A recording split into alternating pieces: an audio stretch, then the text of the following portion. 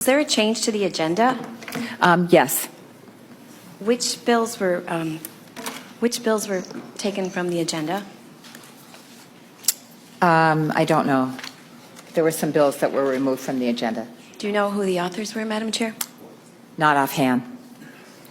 I think it was Senator Westrom, Senator Eichhorn, Senator Karin, and Senator Gruenhagen's bills that were pulled. Do you know, can I ask why you pulled their bills from the agenda an hour and a half ago? We just didn't seem to have time for them after all. Madam Chair, they were driving 4 hours from Senator Westrom's district, Senator Eichhorn's district, to testify today on behalf of these bills, and to have them pulled an hour and a half ago after the bonding bill didn't pass today, it seems like a pay to play. If you're not happy with what happens on the floor, that you will just pull the public's testimony from committee here. I know it's unfortunate. It's not something I like to do. I was pretty unhappy and insulted today on the floor of the Senate when a bill that had been in process for the last 2 years was not considered worthy to be voted on by the Republican caucus.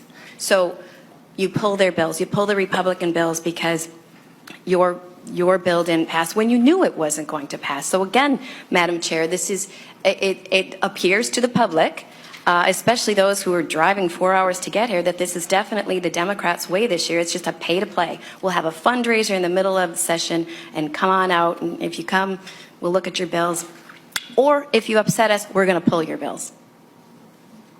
But Madam Chair, and I'm sorry respectfully, this is really frustrating. This whole pay-to-play mentality here, what's going on, and to be penalized because we didn't vote, and penalize our districts, our communities, because we couldn't vote for a bill because we've been asking, and our residents have been asking for tax relief. And I want to say this. In 7 years, I've never seen a majority chair call our individual city mayors, our city administrators, and try and impede them against us to vote for this because of that. I've never seen it done. And now, when we don't vote for your bill, you take our projects off an hour and a half before committee when people are traveling from across the state. It's very frustrating. This is not the way Minnesota should be operating. But is that the only way you understand, is if we play hardball and say, if you want a project in the bonding bill, the reality is, members of the public, you have to vote for the bill. It's like, why in the world should I fund your project if you as a senator don't care enough to vote for a bonding bill? So yes, there are consequences for bad votes. And there are consequences for the vote you took today. And I just had a question for you on Senate File 1349. This was on the agenda for today, and it's actually a bill that Senator Westrom chief authored, and Senator Putnam is the second on that bill. And Senator Westrom was unable to be here today to present the bill.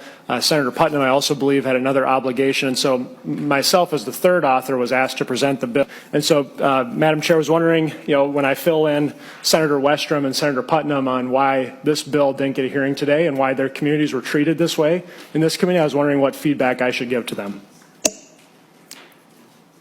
You should tell them I'm waiting for Republicans to pass a bonding bill.